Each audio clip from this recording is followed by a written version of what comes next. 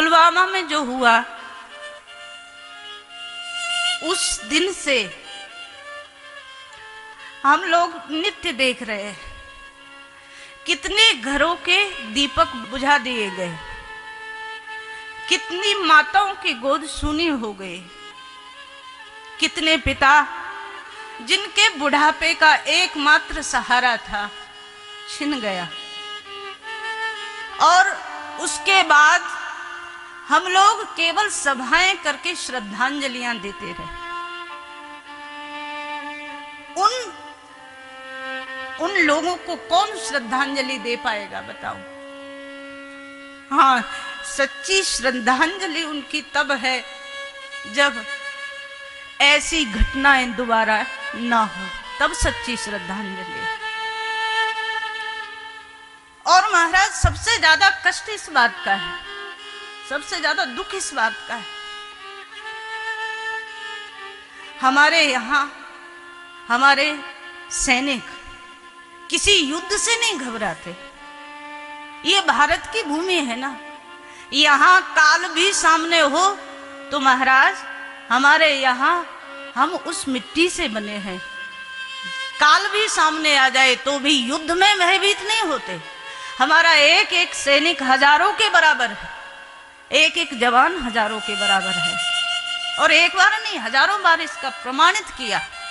लेकिन सबसे ज्यादा कष्ट उस समय होता है जब सामने से युद्ध करने के बजाय पीछे से वार किया जाता है, तब ज्यादा कष्ट होता है। जिस समय अश्वत्थामा ने द्रौपदी के 5 पुत्रों को, सोते हुए 5 पुत्रों का सर उतार लिया, उस समय वो वीरांगना रोई, द्रौपदी रोई, और एक ही बात उसने कही, महाभारत के युद्ध में यदि मेरे 5 पुत्र शहीद हो जाते तो कोई समस्या नहीं थी, लेकिन इस तरह सोते सोते 5 पुत्र समाप्त हो गए, इस बात का सबसे ज्यादा कष्ट है।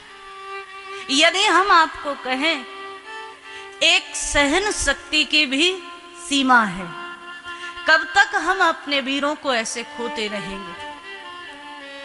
आप लोग देख रहे हैं, लोग टीवी पर बैठते हैं, डिबेट करते हैं, बड़ी बड़ी बातें करते हैं, लेकिन उसी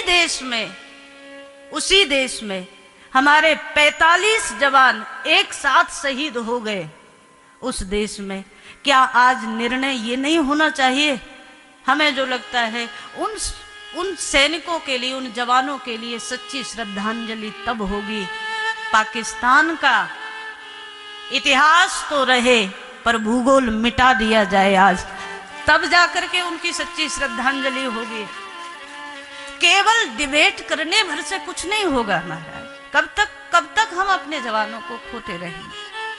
कभी तो, और एक चीज चिंतन करके देखो, आप सोच कर देखो, आज भी कुछ स्थान ऐसे हैं, आप लोगों ने भी सुना होगा, देखा होगा, मीडिया के माध्यम से हमने भी सुना, जेएनयू में उनके लिए उत्सव मनाया जाता है, उन आतंकवादियों के लिए उत्सव मनाया जाता है। कई बार कष्ट होता है, क्या हम उस देश में रह रहे हैं जिस देश में एक एक जवान अपने परिवारों को छोड़कर, हम लोग घरों में होली दिवाली मनाते हैं और वो सीमाओं पर गोलियां खाते हैं। ऐसे में हम लोग सुरक्षित रहें, इसके लिए वो अपनी जान की परवाह नहीं करते। जो लोग केवल टीवी पर बैठ करके चर्चा करते हैं, जो लोग कहते हैं, आपने सुना भी होगा, शांति वार्ता होनी चाहिए, कभी वो अपने बच्चों को फौज में लेकर आए ना, कभी उनके घर से कोई गया हो तो पता हो महाराज। उन माओं से पूछो, उन पत्नियों से पूछो जिनका सिंदूर गया है। एक क्षण के लिए सोच कर देखो, हमने एक तस्वीर देखी जिसमें 3-4 महीने का बच्चा शहीद को मुखाग्नि दे रहा है। उस समय शांति वार्ता का रहता है। आप लोगों ने देखा होगा, उत्तराखंड में मेजर विभूति शंकर की जिस समय शहीद का शव पहुंचा, उसकी पत्नी ने सल्यूट किया और जय हिंद के नारे के साथ पति को विदा किया। वो कलेजा कहां से उस अनुभूति को कौन कर सकता है? केवल बात करने से कुछ नहीं होगा महाराज, कुछ ना कुछ ऐसा तो करना ही पड़ेगा जहां केवल और केवल बात ना हो, परिणाम भी सामने आए। लोग कहते हैं हमारे 45 जवान गए, हम 400 लेकर के आए, अब हमें 400 नहीं चाहिए। यदि हम कहें हमारा भाव ये रोज रोज के जवानों का शहीद होना बंद होना चाहिए, अब हमें 400 नहीं चाहिए, अब हमें पाकिस्तान का पूरा विनाश ही चाहिए, इससे ज्यादा हमें कुछ नहीं। आज अवसर है, कभी सोच कर देखो, आज अवसर है। जिस कश्मीर को हम मानते हैं हमारा है, वो कश्मीर ने कभी हमें अपना माना क्या? कभी आप सोच कर देखो, हमारे संविधान को वहां मजाक बनाया जाता है, हमारा कोई संविधान वहां लागू नहीं होता। कश्मीर में एक विदेशी देश दिखाई देता है। इतने वर्षों की स्वतंत्रता के बाद भी क्या हम उस कश्मीर को भारत बना सके? कभी अपने आप से प्रश्न करो, कश्मीर में एक विदेशी देश दिखाई देता है, संविधान को ठुकराता परिवेश दिखाई देता है, और तब एक कवि ने लिखा, वे घाटी में भारत के झंडों को रोज जलाते हैं। कैसा कश्मीर हमारा है? वो हमारे राष्ट्रीय ध्वज को जलाते हैं, और महाराज घरों में बैठे बैठे हमारा हृदय फटता है उन सारी चीजों को देख करके। हमारी सेना के जवान वो कहते हैं हम गोलियां खाने को तैयार हैं, लेकिन कम से कम हमारे हाथों की हथकड़ी और पैर की बेड़ी तो टूट जानी चाहिए ना, उनको कुछ करने के लिए। बेघाटी में भारत के झंडों को रोज जलाते हैं, सेना पर हमला करते हैं और खूनी फाग मनाते हैं, और सब कुछ करने के बाद भी हमारे यहाँ डिबेट होती है कि पत्थरबाज हमारे हैं, इसलिए उन पर कोई कानून, कोई उनके ऊपर मुकदमे नहीं। कभी सोचने पर मजबूर होना पड़ेगा। और आज समय है, यदि हम कहें तो हमें ऐसा लगता है कि आज सही वक्त है कश्मीर से धारा 370 सदा के लिए समाप्त कर दी जाए, तो शायद कश्मीर में सच्चे अर्थों में कश्मीर हमारा हो सकता है। और ये जो रोज रोज हमारे वीर जो शहीद हो रहे हैं, वो हम बचा सकते हैं। कई बार हमें लगता है हमारे अपने शहीदों के लिए केवल हम बात करें, इतने भर से श्रद्धांजलि नहीं हो सकती महाराज। जिन लोगों को शहीद शहीद कह करके श्रद्धांजलि दे रहे हैं लोग, सारा भारत बच्चा बच्चा जहां आज शहीदों के प्रति नमन कर रहा है, क्या कभी आपको पता है उनको शहीदों का दर्जा ही नहीं दिया जाएगा? आप में से कितने लोग जानते हैं सीआरपीएफ को शहीद का दर्जा नहीं है? आपको पता है? जिनको हम शहीद कह करके नमन कर रहे हैं, वो शहीद सही अर्थों में है ही नहीं। भले ही उन्होंने प्राण न्योछावर कर दिया हो देश के लिए, तो क्या उनके लिए शहीद का दर्जा नहीं होना चाहिए? हम अपने लिए, अपने अधिकारों के लिए रोज लड़ते हैं, कभी सेना के उन सैनिकों के अधिकार के लिए लड़ो, और जो भी आपके सामने आए वोट मांगने के लिए, उससे पूछो कि क्या उनको शहीद का दर्जा नहीं होना चाहिए? जिन्होंने अपना सर्वस्व त्याग दिया, सबसे बड़ा बलिदान दिया, उनको शहीद का दर्जा मिलना चाहिए। कई बार कष्ट होता है उन सारी चीजों को देख करके, चिंतन करके देखो। जिस समय लोग कहते हैं कि हमें देश में असुरक्षा हो रही है, कौन कहते हैं? जिनके पेट भरे हुए, जिनकी कोठियों के सामने विशेष सुरक्षाएं तैनात हैं, वो कहते हैं हमें इस देश में असुरक्षा है।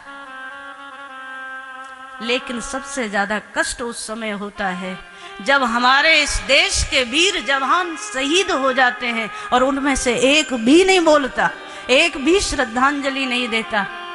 एक को तो बोलना चाहिए कि हम ही नहीं, हमारे बच्चे ही नहीं, हमारे देश के ये जो जवान हैं ये भी असुरक्षित हैं, इनके लिए कुछ किया जाना चाहिए। एक को तो बोलना चाहिए।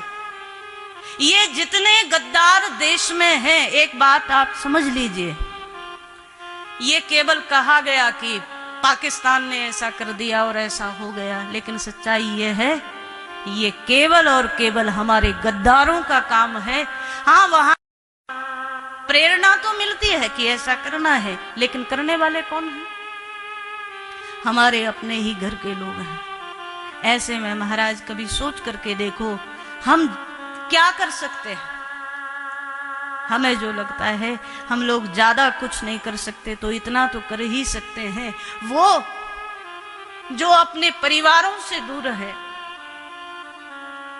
जिन्होंने कभी होली दिवाली अपने घर पर नहीं मना पाए, जो अपने बहनों की शादियों में शामिल नहीं हो पाए, ऐसे देश के उन जवानों के लिए यदि हम व्यासपीठ से कहें तो दो काम आप सब कर सकते हो।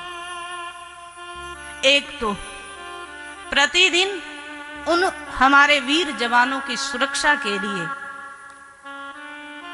राम रक्षा स्तोत्र, नारायण कवच, दुर्गा कवच, ये उनके लिए पढ़िए। हमारे लिए हमारी सुरक्षा तो स्वतः हो जाएगी यदि हमारे जवानों की सुरक्षा होगी। नित्य उनके लिए एक पाठ करिए।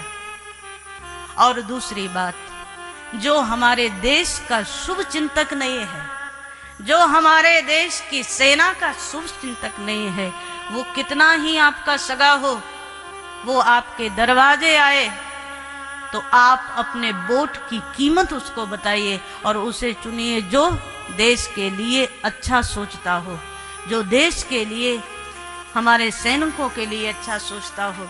यद्यपि इतना सब कुछ हुआ है, लेकिन तो भी एक बात कहना पड़ेगी, पहली बार इतिहास में ये हुआ है, माननीय प्रधानमंत्री जी ने जनता के बीच में खड़े होकर के कहा कि हम आर्मी को फ्री हैंड करते हैं और वो समय निश्चित करें, वो अपने अनुसार जो चाहे निर्णय लेने में सक्षम है। ये पहली बार हुआ है और हमें स्वागत करना चाहिए उस चीज का।